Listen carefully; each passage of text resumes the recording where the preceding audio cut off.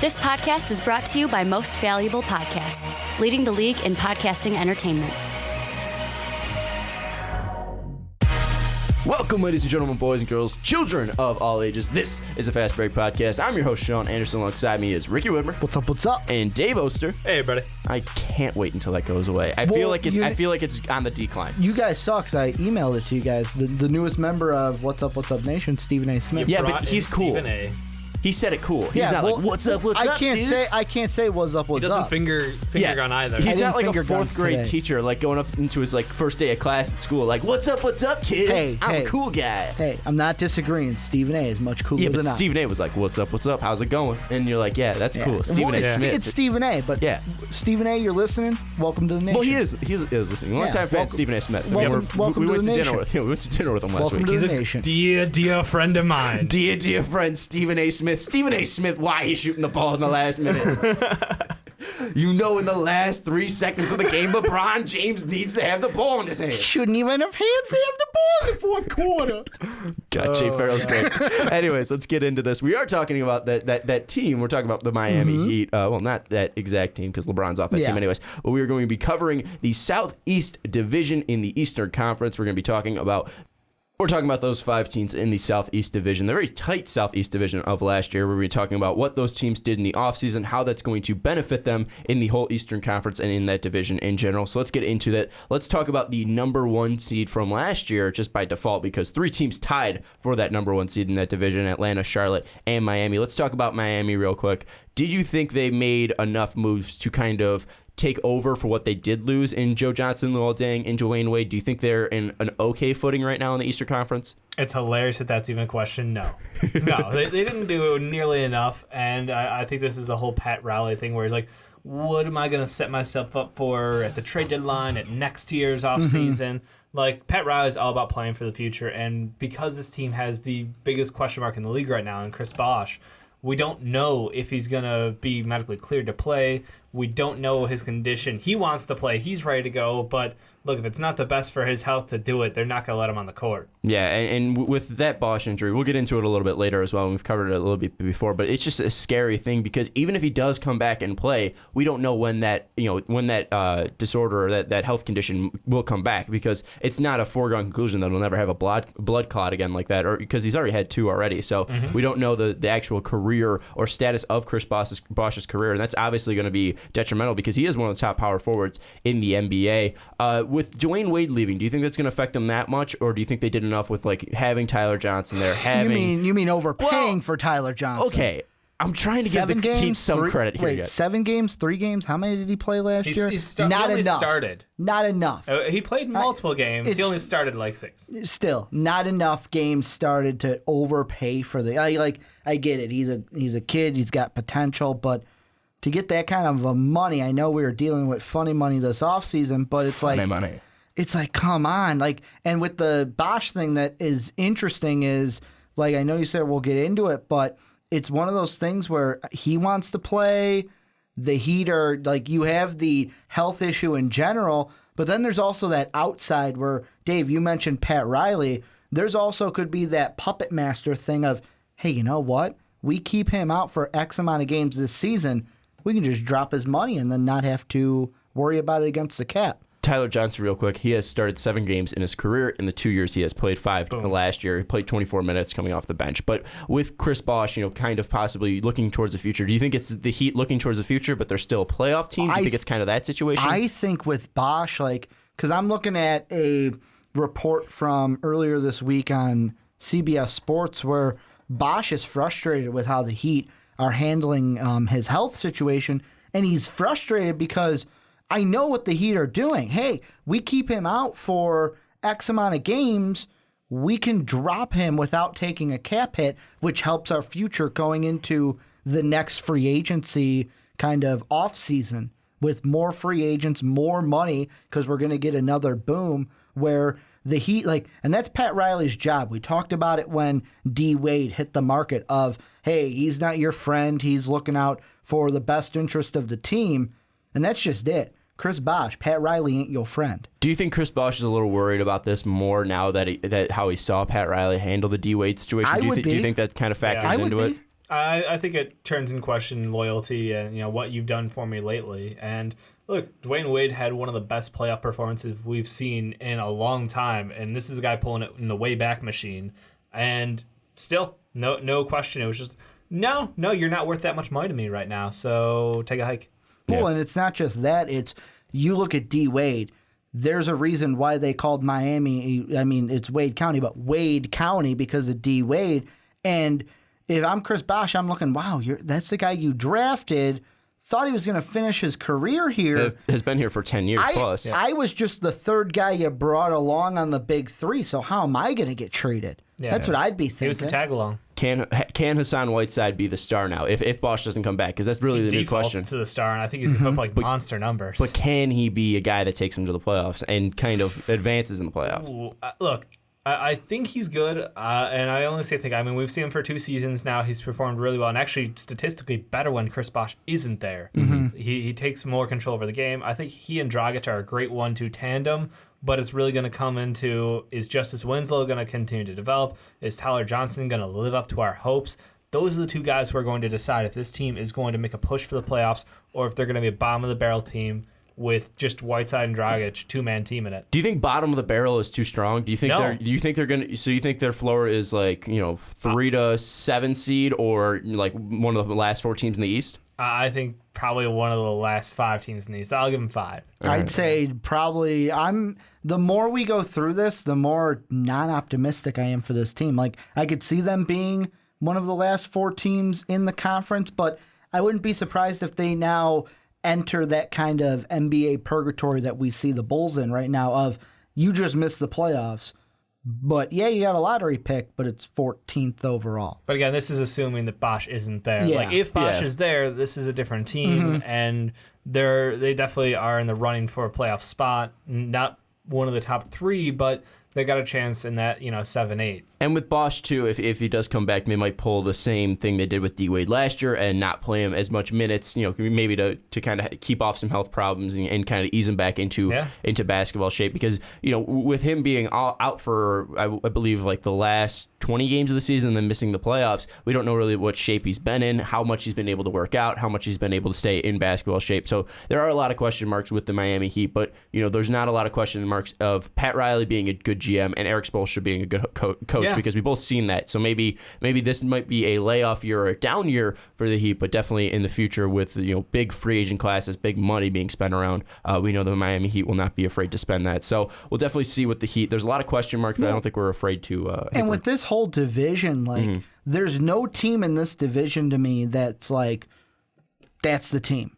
Like that's the team that's gonna. Well, I mean, overall, I kind of think if divisions don't matter anymore in the NBA. No. But if they did, now I had to pick who was going to be the number 1 team.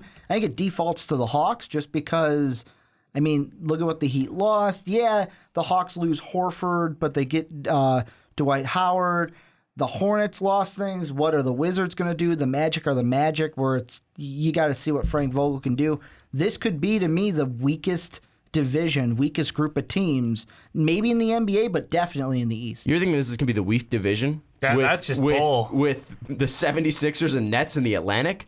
I mean, I think this might be the most, not mediocre division, but probably the division with the most parity. Yeah. I think you could see a lot of teams, because we saw it last year, the 3 top teams tied. I mean, Miami, Atlanta, and Charlotte all finished at 48 and 34. Washington was at 500, and Orlando was kind of on a downswing. But they have 10 starters this year. They do have 10 starters. Quantity over quality here. But looking at Atlanta, do you think they're the foregone outrunner? I mean, you said they were, but look, they made some offseason switches. I think that's the nicest way to put it. You lose Horford, you lose Teague. And they're bringing in Dwight Howard, and they're letting point guard Schroder. Thank you, Schroder step up. He split time pretty evenly. It looked like that was kind of a youth move because effectively they played about the same, Teague and Schroder. So I don't have any issues with that. It's just a question of what Dwight Howard are we going to see? Is he going to be rejuvenated by coming back to Atlanta? If the fans embrace him, you're going to see a happy Dwight. You could see a lot more productivity out of him rather than when he was, sitting there whining on the bench in Houston. So Honestly, I think that team is, again, lined up for another strong push. Well, the thing with Atlanta, though, is, and a thing with Dwight as well, because when he was in Orlando, he kind of had a set kind of offense. He had a set kind of, they had a set scheme going on in Orlando. James Harden's bitch. He was James Harden's bitch in Houston. He was Kobe's bitch in L.A., where in Orlando, it was, all right, Dwight, you're sitting in the paint and you pass it out if you're there. Budenholzer kind of has that same offense, at least in the way of they have a set scheme, so maybe that will help him get some kind of structure there. Dave kind of hit it. And I'm going to say something, kind of a little rhyming thing. It might not make total sense, but just roll with me. We usually do. You guys have ever heard the line, for those of you who are married, you got a happy wife, happy life kind of a thing. Yeah. Well, when you're dealing with Dwight, it's when you got a happy Dwight, your team's future looks bright. That's what it's going to be. Because when he's happy, everything else is going well. When he's not happy, that's when you get the chaos you had in Houston. Don't write kids' books. That's terrible. That's terrible. I was trying. I'm Hey, sitting you there gave thinking, it a try. Oh, college try. I'm thinking like, oh, happy Dwight. I can't use life. Team looks bright. Dwight bright trying to See, but that's the point. If he can be happy and you can like kind of bring out that light-spirited Dwight that we saw in Houston, cracking the jokes with the Dwight, you gotta shoot your free throws, Dwight. Then you're gonna be, everything's gonna be a-okay. One thing I've kind of seen from Dennis Schroder, and this is the move from Teague to Schroder, is Schroder either wants it or he's very confident in himself, and that can kind of bite him in the ass, because we've seen Dwight work with guys like that. We saw, we saw him with James Harden, where James Harden knew he was the guy and he was able to back it up. Obviously, being second in MVP running in 2014, 2015, we saw Kobe. I mean, he's one of the best players of all time. So yeah. Kobe was able to back it up, not that year specifically, but when he worked with those guys, he had to take second fiddle. With Dennis Schroder, I mean, he's not going to want to take second fiddle to Dennis Schroder, and I don't think he's going to. But the thing with Schroder is Schroder might think he is that good or be able to take that starting role and think he is better than he is. So I think that might be some problem that Budenholzer might have to deal with is, Schroder has kind of said, like, I want this, I'm better than Teague. Give me the starting position. I want to be starting. And he might not be able to back it up because we haven't really seen him. He put up similar numbers to Teague, but then again, they had Teague to rely on and Schroder to rely on. Schroder wasn't starting, so he was going up against more second units here, but still we haven't really seen Schroder in a full season as a point guard. So if he's not able to back that up there and still have this confidence where he's like, he might not be able to work it into this offense, work it in this scheme, I think that might hurt them a bit. And plus, you got to worry about Paul Millsap too, because Dwight really hasn't played with a guy like Paul Millsap, where Paul Millsap is at the top of his game. He hasn't played with another big man who is like that, like, in one of the top tiers. So I think that might be something that really holds back Atlanta. Plus, they're known for shooters, and Kent Bazemore isn't the greatest shooter. Kyle Korver can only shoot, but Kyle Korver's come back also to on the reality downswing a little bit. Yeah, but I mean, they did bring in Jarrett Jack, and Jarrett Jack can give you. He's a very good distributor and a decent shooter still. Better role player at this point. Yeah, in his if he career. can come back, stay healthy. Right. So look, I honestly think. I mean, yeah, you're going to have two bigs down low. It'll be balanced as far as that's concerned. But you're right. Kent Bazemore needs to step it up with the shooting. I'm honestly kind of edging towards, I want to see what Taurean Prince kind of brings to this team. Yeah. I was very excited about them drafting him. I want to see his fit on this team. But look, they still check all the boxes. Mm-hmm. They're a very well-run organization. They've got a balanced spread of talent on this team. Great coach. Great coach, yeah. And I think, to me, when you bring up Prince, and I'm even going to throw Bembry in there too, when it comes to those guys, they're going to be, I think their kind of role on this team at first is going to be a defensive one, because when we were looking at the draft, two of the things that were on both of these guys was Prince was, everyone's like, oh, he's a versatile defender. Bembry, he's a guy that, he can play the three, but he can defend a two, he can defend a three, he can defend a four. Those guys may come in and it's like, okay, you got to help us up defensively, because we got Kyle Korver out there. He'll just kick his leg up and cower in fear. Yeah. Kyle Korver's not a defender. He's not going to give the old Kurt Heinrich bear hug. Korver used to try a little harder at defense. I'll put it that way. Yeah. Used to. He's a fence post now. But anyways, with the Hawks, I think I agree with you that if you had to take a team and say, I have the most confidence in this team because of the moves they made to kind of relapse what they did lose in the offseason and what they have been doing for the past couple of years, I would say they are the favorite, but I wouldn't say they're a favorite by a long shot, because if you look at Charlotte, lost some pieces in the offseason. They lost Al Jefferson. They signed Nicholas Batum, kind of a pricey contract, but not a bad contract in relative to some contracts we did see, because Nicholas Batum is still a very good player. Yeah. But looking at Charlotte, do you think they have enough to kind of take over? Because we're saying the Hawks are the favorite, but do you think the Hornets can take over? It's their backcourt that's fine. Like Walker and Batum, I'm fine with. That's a solid. Even Gilchrist as well. Well, MKG, that's the hype the thing. machine. If he That's can stay the healthy. thing. Well, and that's the question marks I was going to get to. There's two of them. One is MKG and can he stay healthy? Because like we talked about last week when we looked at the small forwards, Dave, you brought it up. He's got to stay healthy. Yeah. He only played 7 games, 5 games, whatever it was.